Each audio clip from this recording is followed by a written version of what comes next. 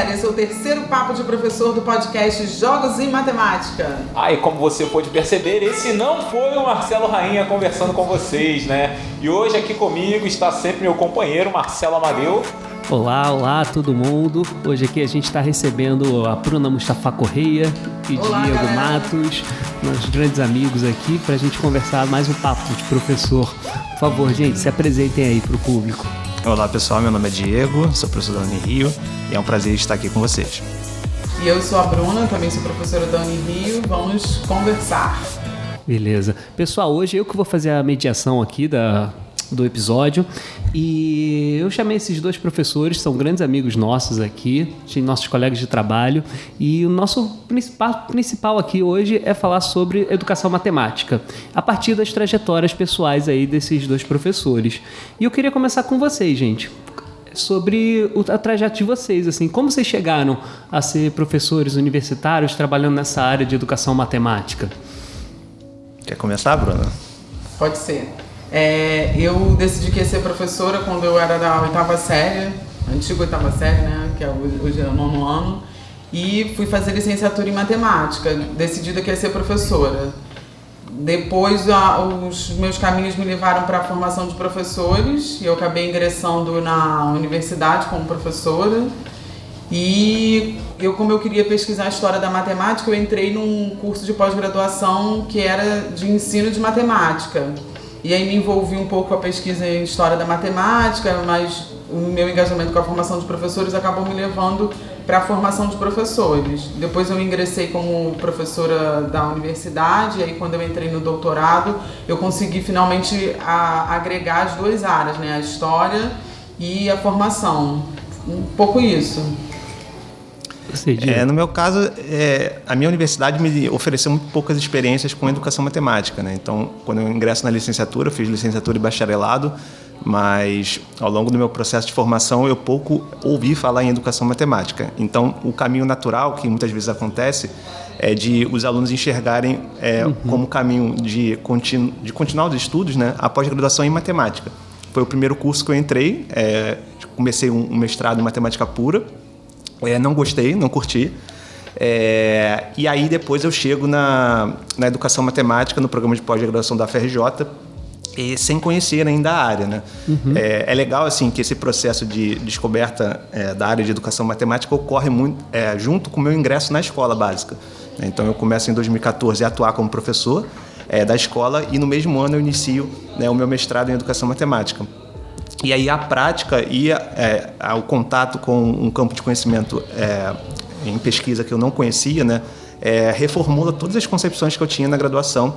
Né, o único caminho que eu enxergava passa a ser um múltiplo dos caminhos que aparecem a partir da prática e do contato com a educação matemática. Interessante. Então nós três tivemos fomos primeiro para pura? Você também, Bruna? Eu não fui primeiro para a pura, que eu fui um pouco mais teimosa que o Diego, porque os caminhos que a minha graduação me oferecia também era para fazer pós-graduação em matemática, mas eu bati o pé e queria estudar, no caso eu comecei estudando História da Matemática, que foi meu primeiro interesse, e aí eu entrei também no mesmo programa que o Diego entrou, mas foi um pouco mais por teimosia, né? Porque acho que se fosse pelas orientações dos professores, eu teria seguido a carreira de matemática pura, ou no máximo matemática aplicada. Mas por que vocês acham que isso acontece, gente? Vamos tentar entender, compreender esse trajeto, assim, porque eu acho que nós três tivemos essa mesma sensação. Nós três fizemos licenciatura e os três, eu não sei se para vocês, mas para mim era assim, eu nem sabia. E o curso que eu fui fazer o mestrado na Pura, no mesmo instituto que depois eu fui descobrir que tinha educação matemática. E aí eu mudei, quase que instantaneamente, assim, que era isso que eu queria. Assim. No meu caso foi um pouco diferente, porque eu entrei para fazer licenciatura, mas fui seduzida, sei lá se posso falar assim, para fazer bacharelado na graduação. Eu terminei até o bacharelado primeiro.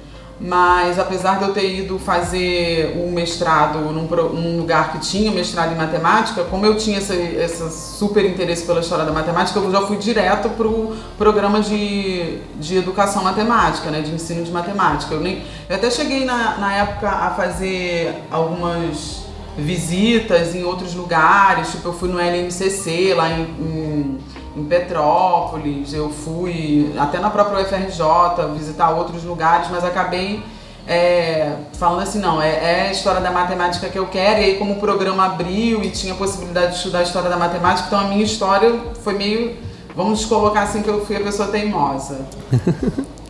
Só deixa eu fazer uma pergunta, até essa pergunta vale para os três.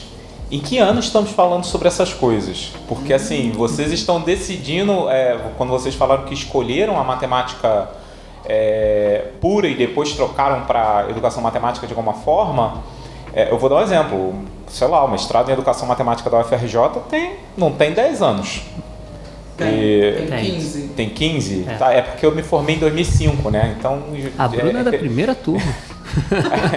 Então, assim, isso são coisas relativamente recentes e a graduação, geralmente, quando a gente vai olhar para as federais, com exceção da Unirio, talvez, ela é uma graduação que realmente te molda para o bacharelado. E aí depois é que, eventualmente, algumas disciplinas vão abrindo seus olhos para outras coisas. Mas você está falando da licenciatura ou do bacharelado? Eu acho que a própria licenciatura. O Michel Cambrainha, que é professor aqui da Unirio, fez licenciatura na UERJ e ele falou que a formação dele foi mais que suficiente para ele fazer o mestrado. Mas estamos falando outras de Michel instituições. Entendi. Quer começar então com a data aí, Bruna? Com a data? Com que ano que você Eu entrei na universidade para fazer a graduação em 2000, aí terminei o bacharelado em 2003, depois eu fiz mais um ano de licenciatura, que eu me formei na licenciatura em 2004, né, que a formatura foi em 2005, e o programa da UFRJ abriu, a primeira turma começou em 2006. Então você conseguiu emendar um no outro, então? Mais ou menos, né? Porque eu fiquei um ano entre... E tem até uma curiosidade que talvez vocês nem saibam, que vocês me conhecem, que nesse um ano que eu comecei a trabalhar como professora do estado, mas eu fiz vestibular de novo, porque como a minha mãe é arquiteta, eu tinha uma coisa assim na minha cabeça que eu queria fazer arquitetura também. Então eu cheguei a me inscrever no vestibular para fazer arquitetura. Só que eu me envolvi muito mais estudando para a prova de seleção do mestrado. Nesse período o Enem não era a via de acesso, né? Era a via de acesso, mas você, como era só arquitetura, complemento, eu tinha né? que fazer a prova de habilidade específica. Talvez para mim seria mais fácil tentar o Enem. Então o Enem já tinha substituído o vestibular nesse período? Eu fiz o primeiro Enem, só que quando ainda era vestibular, que foi o ano de 99 para o ingresso de 2000. Ah, tá. Agora, quando eu já, por volta de 2004, 2005, eu não me lembro se era no Enem. Talvez ainda fosse vestibular. Ainda tinha vestibular. Então, mas eu me envolvi muito estudando aquele cálculo que era para a prova, e aí a prova do vestibular ficou assim meio de lado. Entendi. Mas é isso, estamos falando de 2005. E você, Diego? Eu, na verdade, entro na licenciatura em 2007 e me formo em 2011. E aí eu comecei o mestrado em Educação Matemática em 2014. Né? Então, nesse hiato, né, que foi o hiato onde eu cursei, né, comecei a pós-graduação em Matemática Pura. Mas eu acho que tem um aspecto muito forte, assim, uma marca muito forte, né, que eu concordo um pouco com o Rainha em relação ao tempo ao tempo que a educação matemática se consolidou aqui no Rio de Janeiro, né? É recente, de certa forma, né? Mas a gente tem uma marca muito forte, eu acho, nos cursos de licenciatura que são concebidos, né? Ainda são concebidos a partir de uma referência do bacharelado, né? Então, os alunos, né, tomam contato com uma cultura matemática ali no curso de licenciatura que muitas vezes é mais próximo das práticas de pesquisa de um matemático. E eles acabam enxergando isso como uma única possibilidade para a sua formação futura, para a continuidade da sua formação. Né? É isso que o pessoal chama de que a licenciatura é um bacharelado mutilado? Sim, isso? Diversos pesquisadores dentro da área de formação de professores vão nomear dessa forma, né, e vão apontar, né, essa marca forte nos currículos de licenciatura, sendo compostos ainda com uma estrutura semelhante ao que era antigamente, né, de 3 anos de conteúdo específico, mais 1 ano de didática ao final. A gente não tem mais essa estrutura hoje, né, mas a lógica subjacente a esses cursos ainda permanece. Né? Isso faz com que futuros professores, né, como eu naquela época, vejam como possibilidade futura, né, de estudo, né, de formação em pós-graduação, um único caminho, que é o caminho da matemática. Interessante. Na UF, que foi onde eu estudei, era muito fácil, tinha várias pessoas da minha turma, eu só não fiz isso por conta da minha característica, assim, que elas conseguiam terminar a licenciatura e o bacharelado juntos, assim, porque era muito parecido a grade, tinha muito pouca diferença. Eu demorei um ano só porque como eu sabia que eu queria fazer a pós-graduação e eu não trabalhava ainda, então eu falei assim, eu vou estender, que eu conseguiria fazer tudo, sei lá, num semestre só, eu fiz em 2. Então, acho que na UFRJ eu sei que era um pouco mais difícil você conseguir fazer as duas coisas. Mas na UF era tipo bacharelado, mais um pouquinho de coisinha só que você fazia para conseguir a licenciatura. A UERJ tem essa cultura assim, de dizer que é mais difícil tirar a licenciatura pela quantidade de disciplinas da educação, não é isso? Então, na verdade, eu me formei na UERJ, né, e a gente ingressa no curso em matemática. A gente não ingressa escolhendo licenciatura ou bacharelado. Durante o curso que você abre uma ramificação sendo licenciatura ou bacharelado. O que é muito problemático do ponto de vista da identidade profissional, né? Porque você ingressa num curso sem definir sua profissão. Você ingressa numa área de conhecimento. Né? E se a gente está pensando em formar um professor, a gente tem que sempre pensar que essa profissão é uma profissão específica, muito diferente da profissão de um matemático que vai se formar num curso de bacharelado. Então, do ponto de vista da minha identidade profissional, por exemplo, ao terminar a graduação, né, essa procura por um curso de matemática pura em pós-graduação é muito uma dúvida de que profissional sou eu, né? Se eu sou um professor da escola básica ou se eu sou um matemático, né?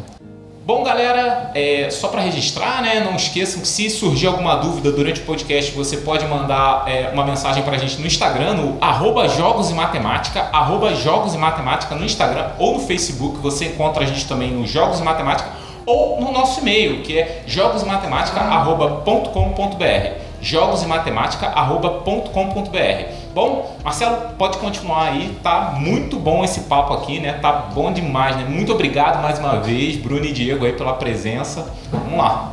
Queridos, queria perguntar então para vocês sobre um assunto que acabou surgindo aqui na fala de vocês, sobre qual o objetivo então da licenciatura em matemática? É só formar professores de matemática? Eu acho que o objetivo primeiro é formar professores de matemática, mas o professor de matemática não é uma pessoa que não pode fazer pesquisa, né? Porque talvez às vezes as pessoas possam fazer essa diferenciação, tipo assim, o cara só dá aula, ou tipo assim, você trabalha também e dá aula, mas ele também pode fazer pesquisa, né? Nada impede que a pessoa formada pela licenciatura possa seguir a carreira acadêmica. A gente tem alguns exemplos entre nós. No meu caso, eu também sou bacharel, né? Mas o Diego acho que é só licenciado e seguiu a carreira acadêmica, então... Eu também sou só licenciado, tá? Eu fiz os dois, né? Até eu acho que isso contribui também para aquela questão que a gente estava discutindo da identidade profissional, né? De se perguntar, né? Que identidade é essa? Mas, assim, do meu ponto de vista, a licenciatura é para formar professores. Nada impede, né, de um licenciado em matemática seguir em outra área, né? Então, eu acho que um exemplo que apareceu aqui, que é o do Michel, por exemplo, né, que foi formado em licenciatura em matemática e seguiu a área da matemática pura, né, de se tornar um matemático, pesquisador em matemática pura ou aplicada que seja. Mas o objetivo primeiro, né, no meu ponto de vista, é formar um professor. E formar um professor não necessariamente é ele atuar na escola básica, né? Então você tem um lugar importante, né, que é pensar na formação do formador de professores, né? Então eu e Bruna hoje estamos num lugar de formador de professores, né? E não tenha dúvida que essa formação que a gente percorreu em educação matemática foi importante para nos tornar formadores de professores, além da nossa trajetória como professores da escola básica também, né? Entendi. Então, para ser pesquisador, né, a área de educação matemática, você precisa necessariamente ter feito uma licenciatura? Vocês acham? Talvez é o caminho mais natural, né? Mas a gente tem alguns exemplos também de pessoas que tiveram uma formação tipo no bacharelado, mas que faz um trabalho com formação de professores interessante. Por exemplo, pode citar o Gladson, que é um cara que fez bacharelado, seguiu a carreira acadêmica toda em matemática, pesquisa, matemática até hoje, mas tem um engajamento muito grande dentro da formação de professores. Acho que é possível, mas eu acho que a gente pode reforçar o quanto que a licenciatura pode fazer para discutir em diversos níveis, né? Que eu acho que foi o que o Diego falou antes. A licenciatura ela não forma só professores para atuar na educação básica. Esses professores eles podem atuar em outros níveis, né? Que é, por exemplo, o nosso caso que a gente trabalha numa licenciatura formando professores. Acho que faz diferença a gente, por exemplo, eu, Diego, Marcelo também, a gente ter atuado na educação básica. E a gente agora, como professor universitário, ter essa visão. É claro que a gente vai ficando cada vez mais distante, mas o fato da gente ter atuado na educação básica muda um pouco. Mas as pessoas podem ter sensibilidade, né? Não sei o que o Diego acha. Deixa eu puxar então esse gancho que você colocou aqui pra gente sobre a experiência de vocês como professores na educação básica. Como que vocês acham que contribuiu para o perfil de vocês hoje, pesquisadores nessa área? Para mim foi determinante, né? Eu acho que você olhar o que acontece numa sala de aula, né? Sobretudo entender o ponto de vista do aluno da escola básica sobre como ele aprende matemática, eu acho que é determinante para você pensar em como formar um professor. Isso é um aspecto, por exemplo, que eu sinto muita falta, né, de estar ali em sala de aula da escola básica e tentar entender, né, como que o aluno, numa faixa etária diferente da nossa, com conceitos diferentes do nosso, entende um conteúdo matemático. Então, acho que é determinante. Agora, o que a Bruna comentou na fala anterior é que essa experiência profissional, de fato, ela é importante para formar professores, mas a gente tem bons exemplos, né, que não foram professores da escola, mas que tomam a prática, ou tomam a escola básica como referência para a formação de professores. Né? Então, isso é fundamental, né? Porque se você forma um professor para atuar na escola básica, a referência para a formação dele é a escola. Né? Então, a gente tem, por exemplo, aqui no Rio de Janeiro, né, um exemplo bem marcante, né, que é o Vitor Giraldo, que é uma referência em educação matemática aqui no Rio de Janeiro, e nunca foi um professor da escola básica, nunca fez licenciatura. Porém, né, o trabalho dele em educação matemática toma a escola como um lugar de referência para formar professores, né? Toma a escola como um lugar de referência para produzir conhecimento para a formação de professores. Então, eu acho que isso é muito importante, independente da atuação profissional somente, né? A gente tomar a escola como um lugar de produção de conhecimento para formar professores.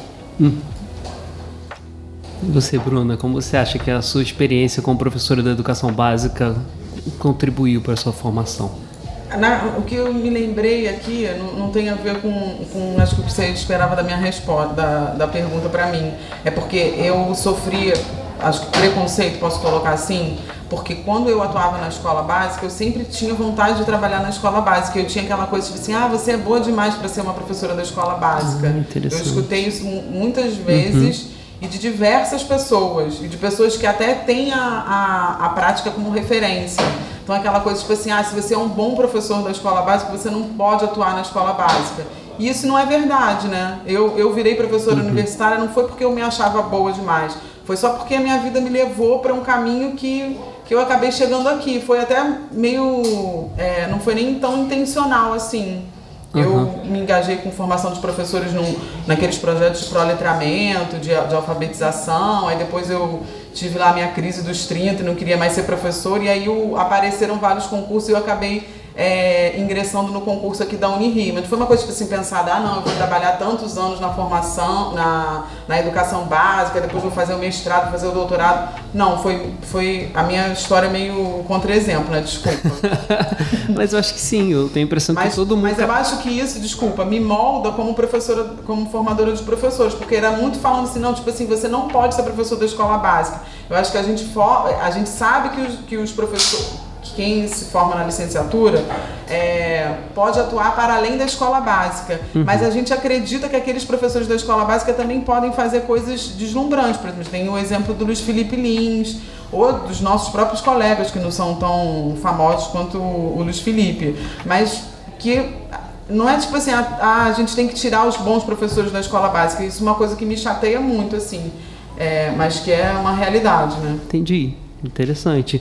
E já que a gente está falando então desse contraste, né, da universidade e da educação básica, que caminhos que vocês conseguem enxergar que a gente poderia aproximar? Porque, por exemplo, a gente tem, por exemplo, na nossa instituição, um certo distanciamento com a escola, porque a gente não tem na nossa universidade um colégio de aplicação, por exemplo, como a UFRJ tem.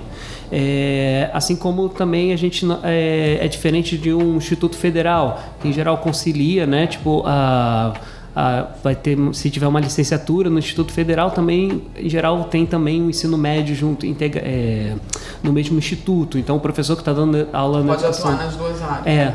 Nas duas frentes. Então, no nosso caso aqui, que eu acho que é uma realidade assim, no Brasil, assim, das universidades que não possuem um colégio de aplicação, acho que é relativamente comum isso no Brasil. Como é que vocês veem o caminho, então, para a gente aproximar a universidade da escola? Quais iniciativas que é possível, assim, serem feitas? Pode falar. Não, claro que é sempre complicada essa aproximação, porque envolve também a disponibilidade dos professores que estão na escola básica atuarem como professores também formadores que são, né? Então tem um olhar, eu acho que de a gente reconhecer o professor da escola também como formador de professores, e de que isso comece a ser mais valorizado e incorporado nas cargas horárias desses professores também, né?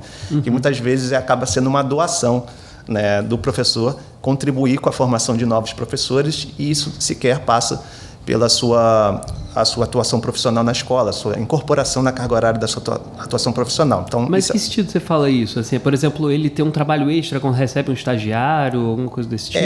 Eu estou falando isso porque, como a gente não tem um colégio de aplicação, né, a gente se aproxima da escola, em geral, pelo estágio, né? E aqui o Marcelo, eu acho que é a referência para falar disso, né? Mas é sempre um grande desafio, né, a gente encontrar um professor da escola básica que receba nossos estagiários e esteja disposto a formar. Mas eu diria uma coisa, Diego, que eu acho que o próprio professor da escola básica, ele não se reconhece como possibilidade de formação, como ele ser um formador. Ele acha, não, o formador é o cara que está na universidade, eu não tenho... O que eu tenho para contribuir? Tipo, eu posso abrir o espaço da minha sala de aula, posso assinar lá as horas que vou ajudar o estagiário, mas ele, às vezes, tem dificuldade por todo o histórico da formação dele de se reconhecer como um formador. Com certeza, esse era o primeiro ponto que eu tinha comentado, né? E eu acho que o segundo ponto é esse, né? A gente precisa reconhecer que o trabalho do professor vai além da sala de aula dele, né? Então, o professor da escola, ele tem... O Marcelo falou lá no início sobre as possibilidades de atuação de um professor da escola e, sobretudo, até em educação matemática, né? Ele entender, né, que a atuação profissional dele vai além, né, das quatro paredes da sala de aula é algo super importante, né, para o professor da escola, e eu falo isso não só para o professor, para as redes, né, as redes reconhecerem isso na carga horária dos professores, né, para que não fique só uma doação do professor, uma doação de tempo, de disponibilidade dele de contribuir com a formação. E passa, sobretudo, dele se reconhecer também como um formador de professores, né. Voltando à tua pergunta inicial, que era como fazer isso, né, o estágio eu acho que é o caminho, né, no nosso caso, e os outros projetos, né, que aproximam da escola, como PIBID, residência pedagógica. Entendi, projetos de extensão, assim. Sim. Entendi. Mas eu acho que, sobretudo, é quando a gente faz uma parceria com o professor da escola, porque o estágio é uma coisa obrigatória, todos os cursos de licenciatura têm. Mas um diferencial que a gente tem aqui na Unirio é o fato da gente tentar fazer uma parceria com os professores da escola. Como a gente não tem colégio de aplicação, a gente sempre tenta assim, não, eu tenho um amigo que trabalha no Pedro II, o Diego, por exemplo, vivenciou essas duas posições, né? E aí a gente tenta fazer o diálogo de trazer ele, de fazer ele se reconhecer como importante na formação daquele licenciando, não só como aquela pessoa que assina as horas. Então acho que um movimento que é um movimento bacana que a gente tenta fazer aqui é de trazer esse professor para dentro do espaço da universidade, mas não só como assim, vem aqui que a gente vai te dar uma formação. A gente olha para ele como um potencial, uma pessoa em potencial para ajudar na formação. Acho que talvez o próprio Jogos em Matemática também faça isso, né? Quando vários professores fazem parte dos eventos e o saber que eles trazem, eles ajudam a compor o próprio jogo, ou coisas desse tipo. Assim como esse podcast, cujo nosso público-alvo aí, principal ali são os jovens, estudantes e professores também das redes, tanto educação básica como universitária também, né? Tem esse momento aqui de troca. Legal. Agora deixa então eu mudar um pouco a discussão. Eu vou pegar, por exemplo, uma fala, como a gente está falando muito sobre a prática, né, do cotidiano aí escolar, assim, e a relação disso com a pesquisa, eu queria partir de quase que um senso comum, assim, que é muito difundido entre os licenciandos, quando eles estão na graduação, de muito se criticar que essas teorias em educação, não servem para nada, não tem nenhuma utilidade, isso daí é só encheção de linguiça. Como que vocês que são pesquisadores nessa área veem esse tipo de fala, assim? Vocês concordariam de alguma forma? Vocês acham que tem algum fundamento que eles estão falando ou não? Eu acho Ninguém disse que ia ser pergunta fácil, não. Não. Eu acho que a gente retoma um pouco da discussão que a gente teve anteriormente, né, das marcas que a gente tem na formação de professores. E uma das marcas que a gente tem na formação de professores é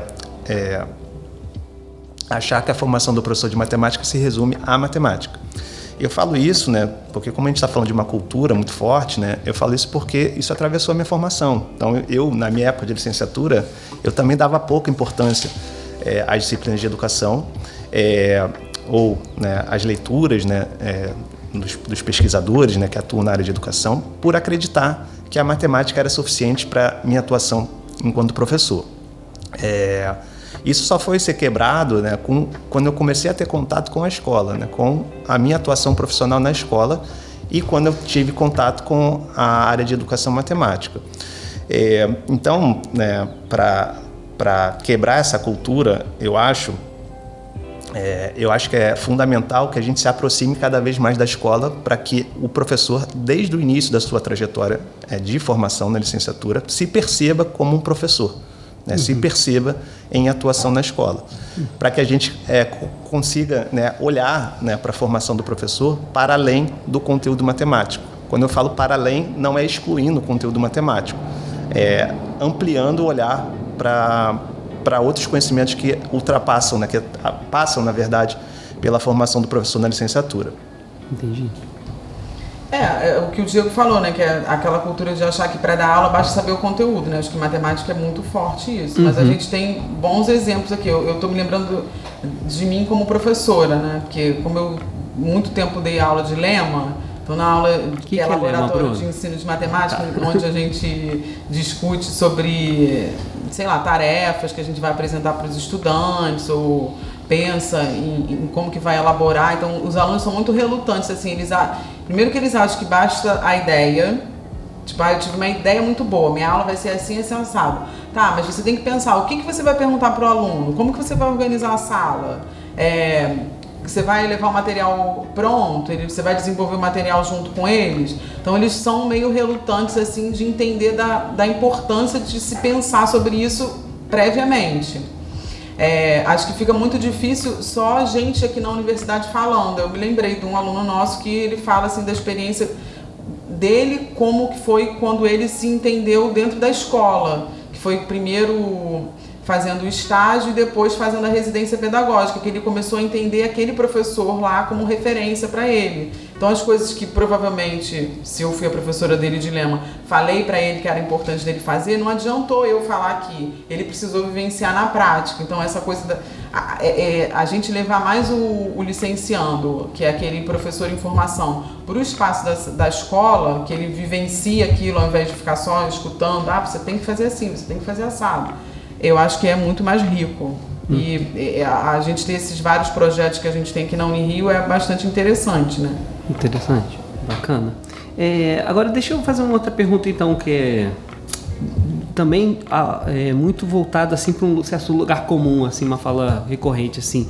Como que essas pesquisas em educação, elas afetam ou não conseguem afetar a educação básica, assim, o ensino de matemática, né, escolar, assim? Vocês acham que elas conseguem afetar essas pesquisas que vocês fazem, as pesquisas que vocês veem sendo difundidas, ou você acha que elas ainda estão muito distantes de serem, de alguma forma, influenciar a educação básica?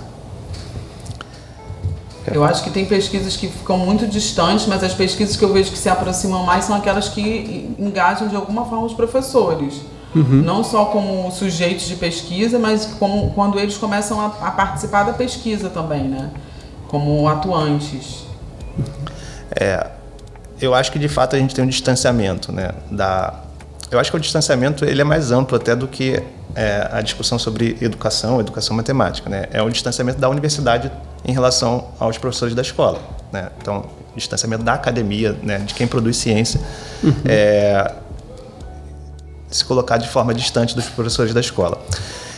Porém, né, o que eu penso bastante, assim, que depende do que a gente fala como impacto, né? O impacto seria as pesquisas chegarem para os professores para eles replicarem o que foi produzido nas pesquisas. Não vejo por aí.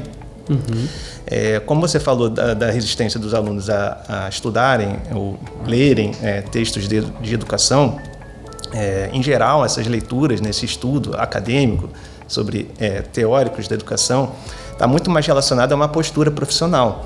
Então, eu acho que esse contato da pesquisa com a escola, ele não se dá simplesmente pela reprodução de práticas que são produzidas em pesquisa, e sim pela composição de uma postura profissional desses professores. Então, acho que é distante, né? Acho que a gente se coloca muitas vezes distante, mas eu acho que tem contribuição dessa área de pesquisa para formar uma postura profissional entre os professores que estão em atuação. Né? Então, eu não vejo só simplesmente do ponto de vista das práticas profissionais, e sim da postura, da identidade, da construção da identidade de um professor.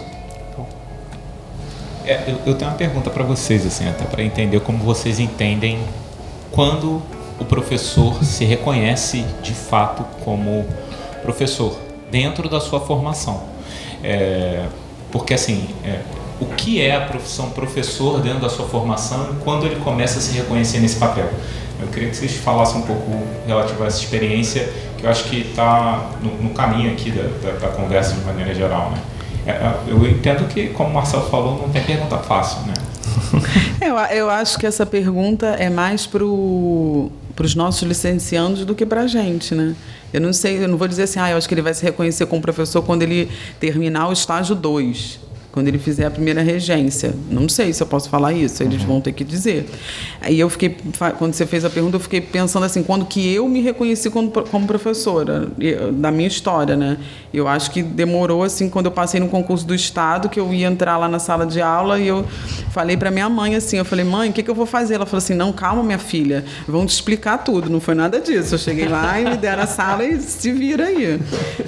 Então, acho que dentro da minha formação, não sei se teve algum lugar assim que teve o baque, mas eu já escutei relatos de estudantes nossos falando assim, aconteceu isso e tudo mudou, tipo, foi quando eu fui fazer a residência pedagógica, quando voltei a segunda vez para a escola, que aí eu começo a me reconhecer. A gente organiza o curso pensando isso, né, que ele vai fazer o estágio de tal maneira que ele não vai lá só cumprir as horas, que ele entenda aquele espaço como um espaço profissional, mas se eles conseguem fazer isso ou não, eu não sei. Acho que tem uma coisa interessante que o Marcelo pergunta, que eu acho que botar em contato com a escola talvez não seja suficiente, né? Então, no meu caso, por exemplo, eu já, na minha licenciatura, eu já tinha as 400 horas de estágio, né? Já tive que fazer as 400 horas de estágio, e isso não foi suficiente para eu me perceber professor.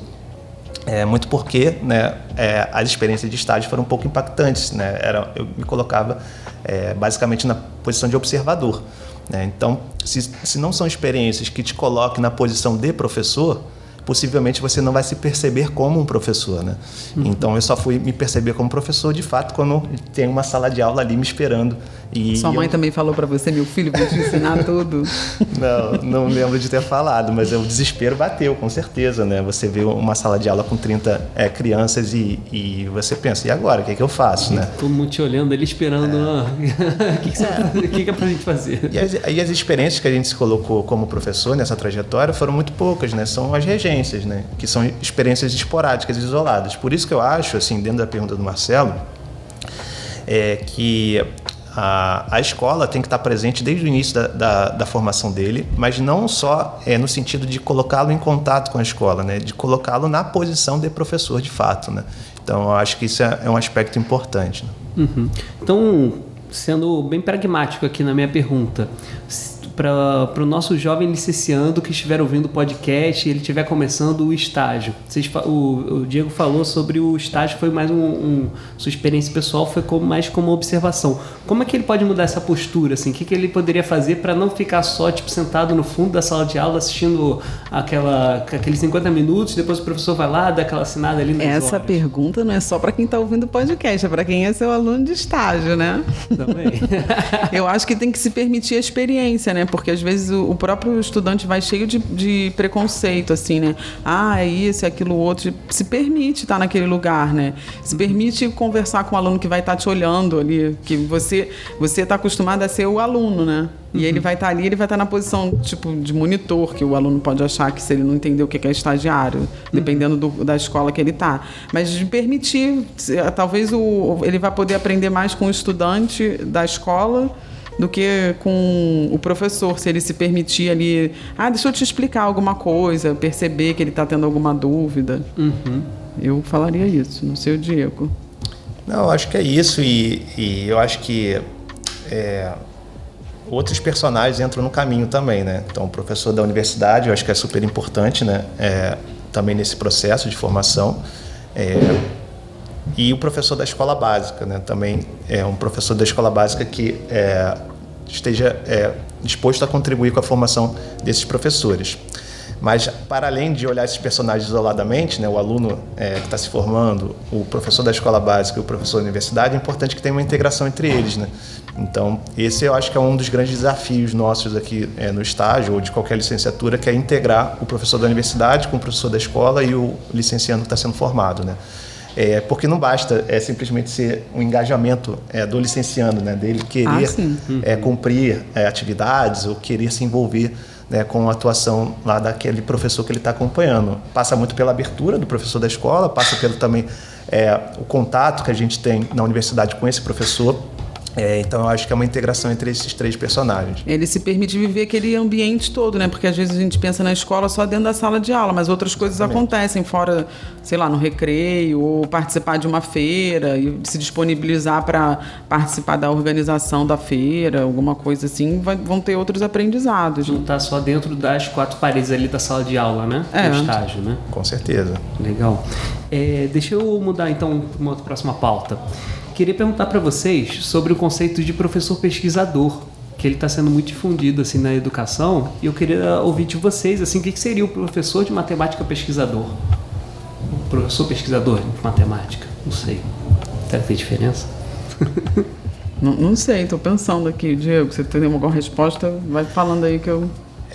Então, eu acho que uma coisa que a gente tem é um campo de pesquisa bem definido, bem constituído, que é a educação matemática, né? Então, se a gente fala desse pesquisador, talvez nem todos tenham a intenção e o interesse de se tornar um professor pesquisador, ou seja, de permanecer na comunidade acadêmica de educação matemática, participar de eventos, de produzir pesquisa. Isso é uma possibilidade muito interessante que a sala de aula permite, mas que talvez não seja todo professor que vai querer, né, continuar a sua trajetória de atuação como um professor que pesquisa em educação matemática. Porém, isso não impede, né, de qualquer professor olhar a sua sala de aula como um lugar de pesquisa, um lugar de investigação, né, uma postura investigativa sobre a sua atuação profissional. Isso eu acho que é fundamental. Mesmo o professor que não tenha o interesse de seguir na área de pesquisa em educação matemática, eu acho que uma sala de aula é um lugar que te possibilita investigar o que está acontecendo.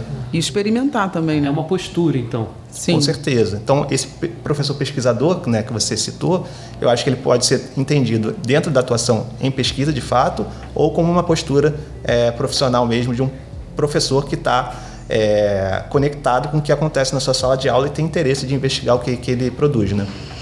A fala do Diego me fez lembrar que o campo da educação matemática ele é um campo muito amplo, porque eu e o Diego a gente fala mais ou menos do mesmo lugar, porque a gente trabalha com formação de professores, mas também dentro da própria área de educação matemática existem outras possibilidades de pesquisa, que aí podem ou não envolver a prática direta do professor, né? Mas com certeza envolvem o saber que ele como professor tem, que emerge da sua prática. Interessante. Já que você falou disso, quais são as áreas que vocês conseguem identificar aqui? Tem que fazer essa pergunta, gente. O pessoal precisa conhecer. Quais são, vamos dizer assim, quais vocês veem que são tipo grandes tendências que estão mais próximas de vocês, que vocês conseguem falar um pouco? Primeiro é importante falar para esse licenciando, né, esse aluno que está cursando aí licenciatura em matemática e que deseja seguir em pesquisa, é importante falar que a educação matemática é uma opção de formar um pesquisador. Então, assim, ele pode ser pesquisador, mesmo não seguindo uma área de matemática pura ou matemática aplicada. Então, a área de educação matemática hoje é uma área de pesquisa bem consolidada, bem construída, que forma pesquisadores. E a gente tem uma comunidade de educadores matemáticos, né, que se divide também em áreas de conhecimento para pesquisar temáticas dentro da educação matemática. Eu acho que a gente pode tomar como referência, talvez, a Sociedade Brasileira de Educação Matemática, que se organiza em grupos de trabalho, em GTs, né, e a gente tem 15 grupos de trabalho. Não vou lembrar todos de cabeça, obviamente, né, mas você tem formação de professores, você tem tecnologia, inclusão, história da matemática,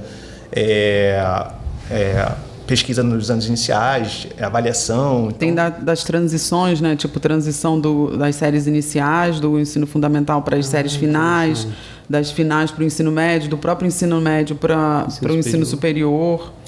Enfim, são diversas áreas e entender também que a educação matemática é um campo em aberto, né? Embora a SBEM, né, se organize nesses 15 grupos de trabalho, né, isso aí já é um olhar meu, né, sobre educação matemática. Eu penso, né, tudo que acontece num espaço de formação que é atravessado pela matemática é uma oportunidade de investigação, né? Então, eu acho que nesse ponto a gente até se diferencia um pouco, né, a área de educação matemática se diferencia um pouco com um olhar sobre ensino de matemática, né, que não é simplesmente você olhar para o conteúdo matemático e pensar em estratégias de como ensiná-lo.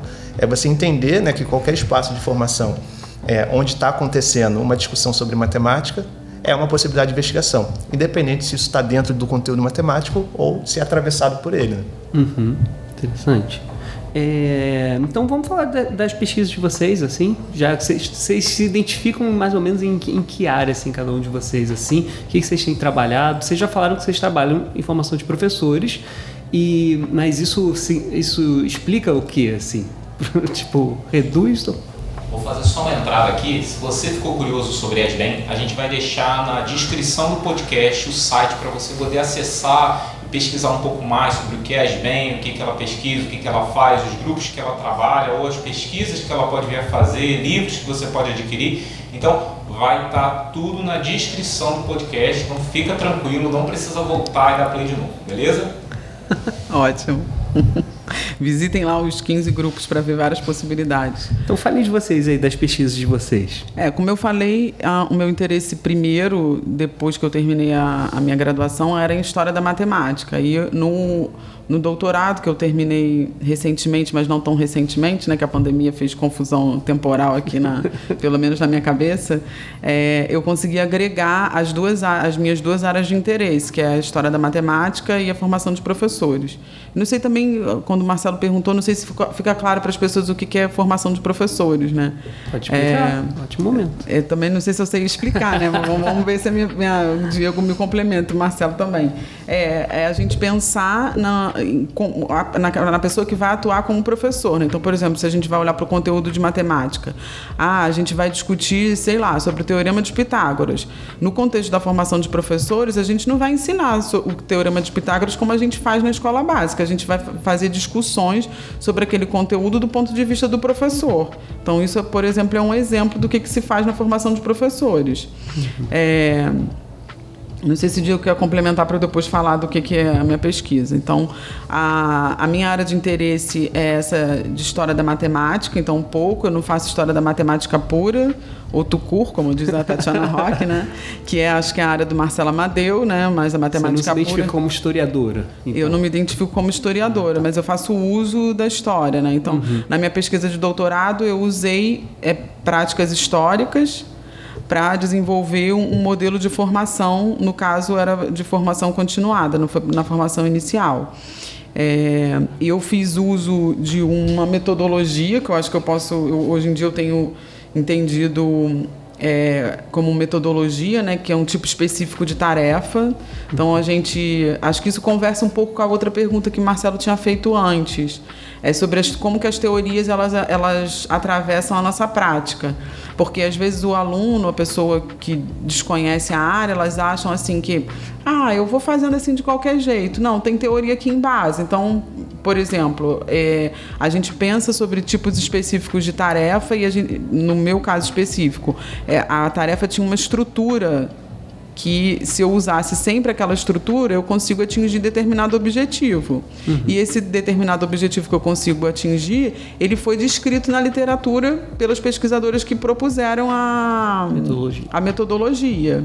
Então, acho que isso é bacana assim, também de se dizer, porque às vezes naquela disciplina lá que eu ministro, que é Lema, que a gente discute sobre modelos de ensino, sei lá, o modelo de Van Hill, outro modelo que a gente possa vir a discutir, os alunos começam a entender, então não é tudo assim da minha cabeça que eu tiro, então eu posso pensar de um jeito e de ir articulando as coisas. Então, a minha pesquisa na parte de formação, ela envolve essa coisa do modelo da tarefa, e o que eu desenvolvi foi usar a tarefa histórica, né? Então, que tipo de tarefa, a partir desse meu conhecimento que eu tinha das tarefas, como que eu podia desenvolver um modelo específico de tarefa histórica, que aí é uma coisa que combina movimentos que eu e a Aline, que foi com quem eu desenvolvi, movimentos de zoom in e de zoom out, né? Então, a gente faz aproximações e distanciamentos. Então, quando a gente aproxima, a gente usa direto uma fonte histórica lá, tipo, sei lá, uma coisa escrita em hieróglifo,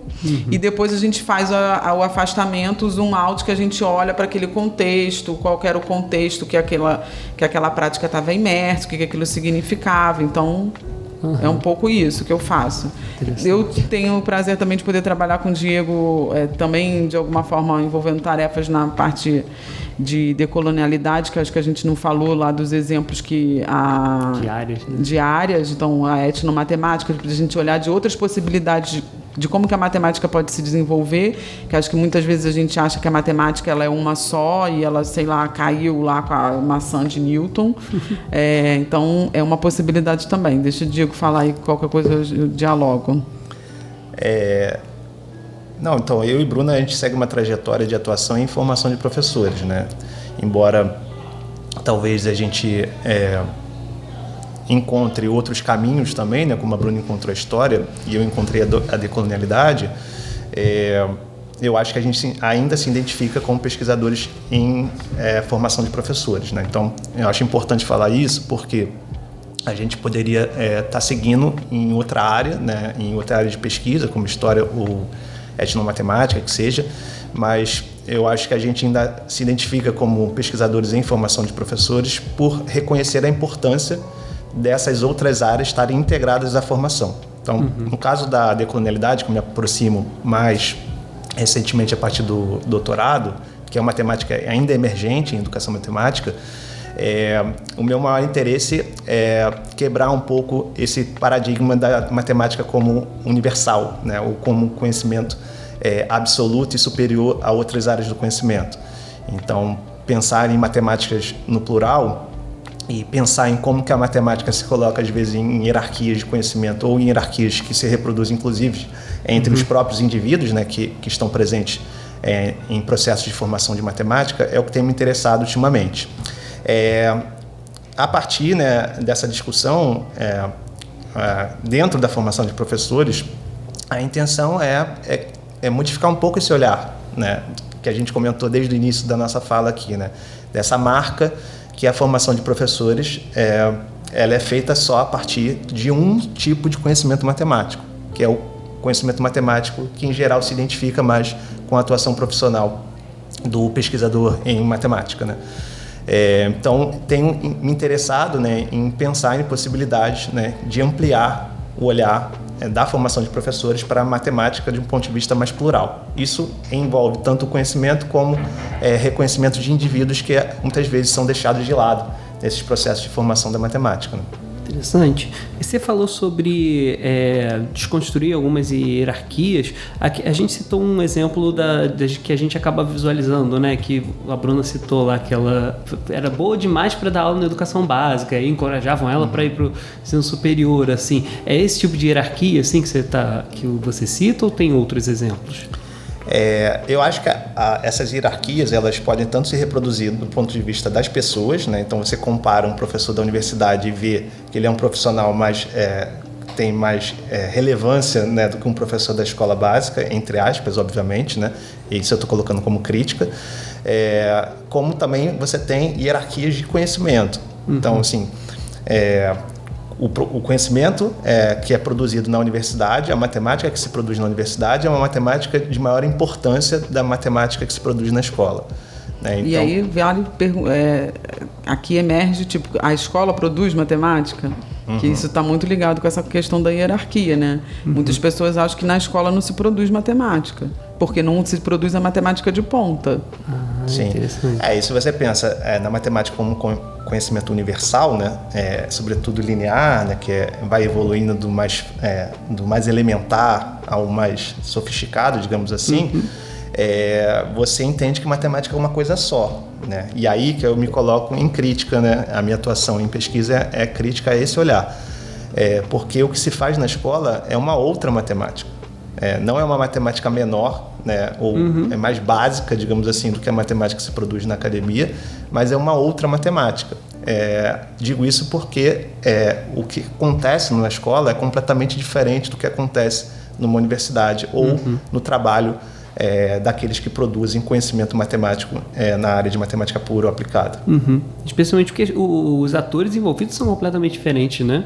Você pensa na escola, a gente está lidando ali com estudantes, ou a gente pode estar numa turma de EJA, com adultos, e todos eles estão olhando a matemática naquele sentido mais amplo, né? Que tem outras disciplinas ali atuando com eles, né? Na universidade, quando você entra num curso de matemática, licenciatura, bacharelado, é para você estudar matemática quase que praticamente só isso, né?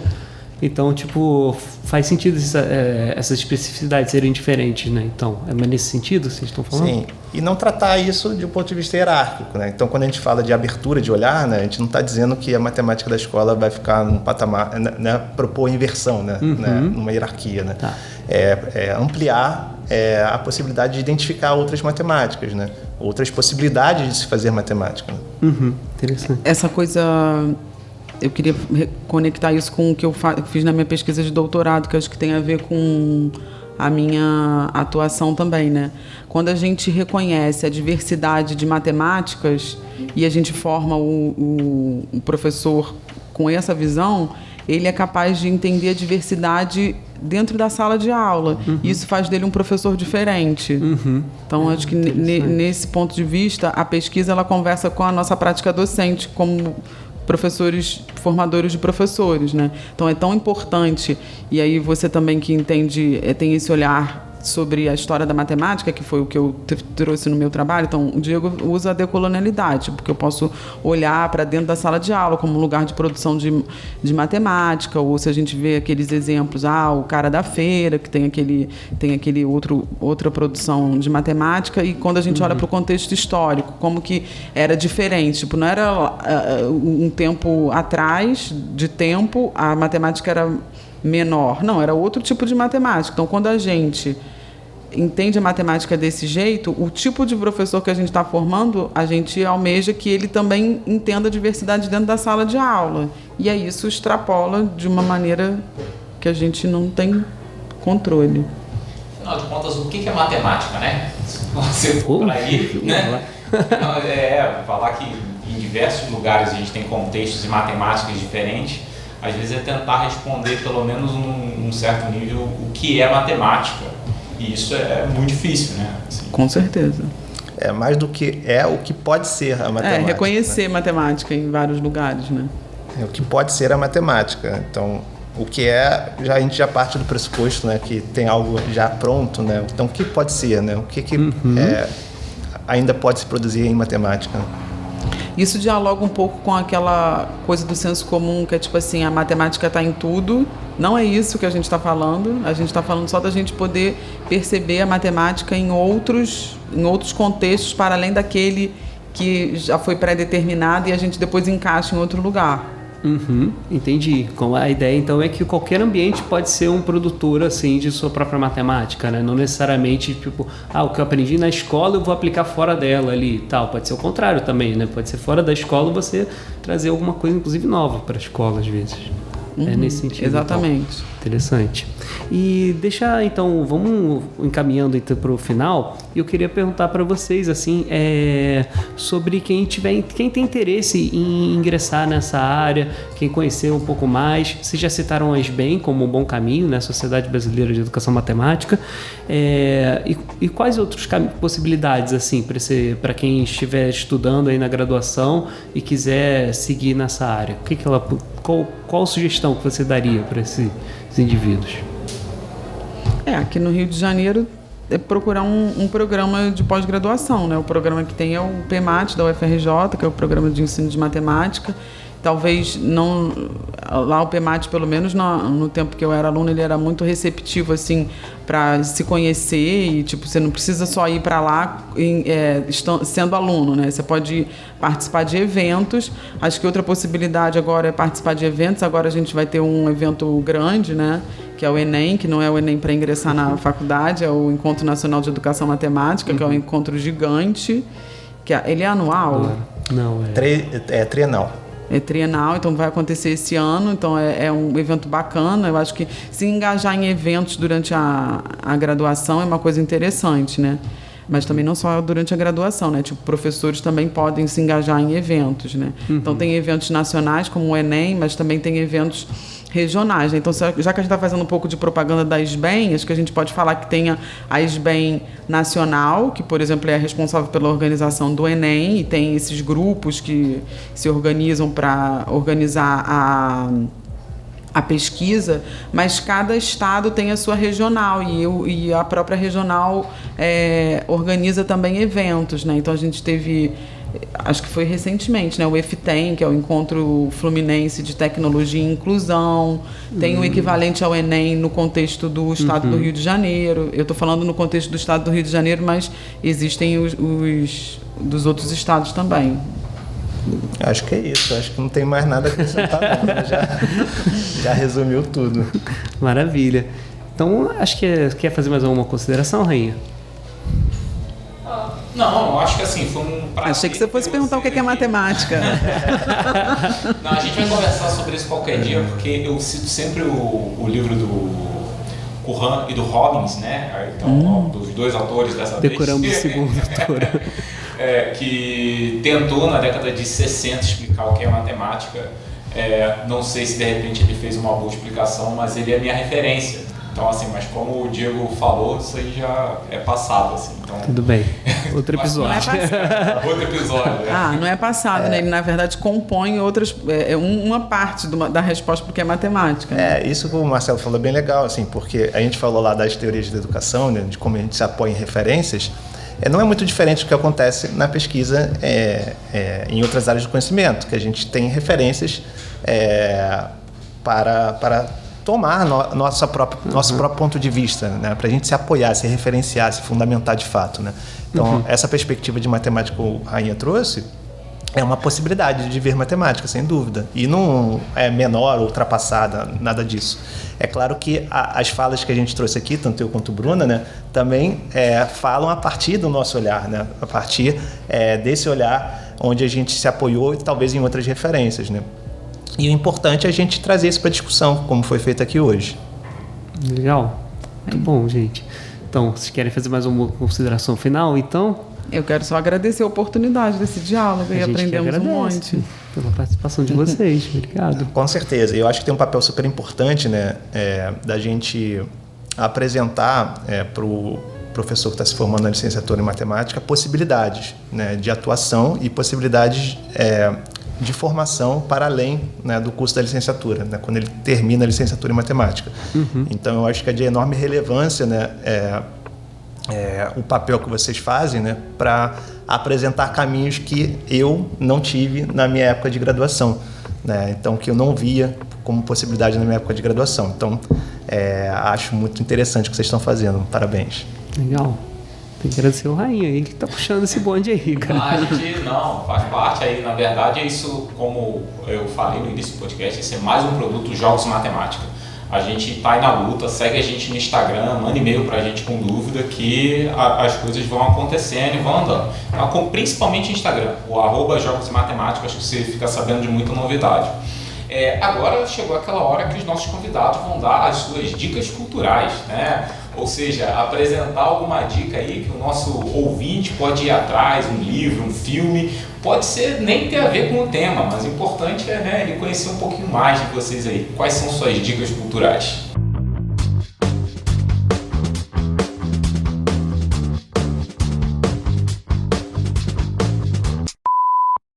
Mas eu tenho lido bastante o trabalho de 2 autores, um chamado Lúcio Rufino, né, que é um pedagogo da FEBEF, e o Luiz Antônio Simas, que é um historiador. Eles têm livros, né, que vocês podem encontrar, como no caso do Luiz Rufino, Pedagogia das Encruzilhadas, no caso do Luiz Antônio Simas e do Rufino assinando junto, Fogo no Mato, Flecha no Tempo. E são leituras que eu acho que desestabilizam um pouco um olhar que a gente tem, que eu acho que acaba nos formando, né, dentro da matemática também, que é um olhar a partir das dicotomias, né, do certo, do errado, né, da matemática pura, da matemática escolar. Então, sobretudo, Pedagogia das Encruzilhadas, eu acho que pensa não só o conhecimento, mas como a nossa atuação no mundo a partir do encontro de caminhos, né? Então, a encruzilhada não como um lugar onde você vai escolher um caminho a seguir, mas um lugar onde você mora no encontro de caminhos, né? Então, eu acho que é uma leitura interessante para o pessoal fazer aí e acompanhar.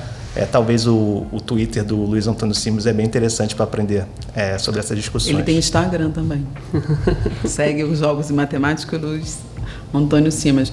Eu não vou sugerir nada específico, mas eu acho que é bacana assim, incentivar a leitura, porque eu acho que tem muito, eu escuto muito relato assim dos licenciandos. É claro que eu também escuto muito relato de gente que lê muito, mas alguns tipo assim que não tem o hábito da leitura, né? E eu acho que desenvolver o hábito da leitura não precisa ser necessariamente dentro do contexto ou da matemática ou da educação matemática, é desenvolver o hábito da leitura, né? Participar assim, de grupo, eu não consigo, talvez participar de um grupo que discuta sobre matemática e aí eles lá sugerem ler, porque eu acho que quando a gente lê, a gente desenvolve bastante coisa. Então, leiam ou sei lá, comecem por vídeos, que não, agora tem muito YouTube, tem muito vídeo, também é uma possibilidade. Aí se permitir também ler, né? Tipo, eu conheço muito, não ficar só assistindo o vídeo. E vou comprar um livro, vou ver um livro que está disponível lá.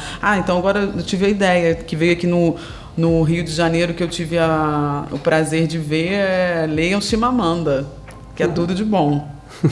Maravilha. Legal. A minha dica cultural de hoje, ela vai ser um livro.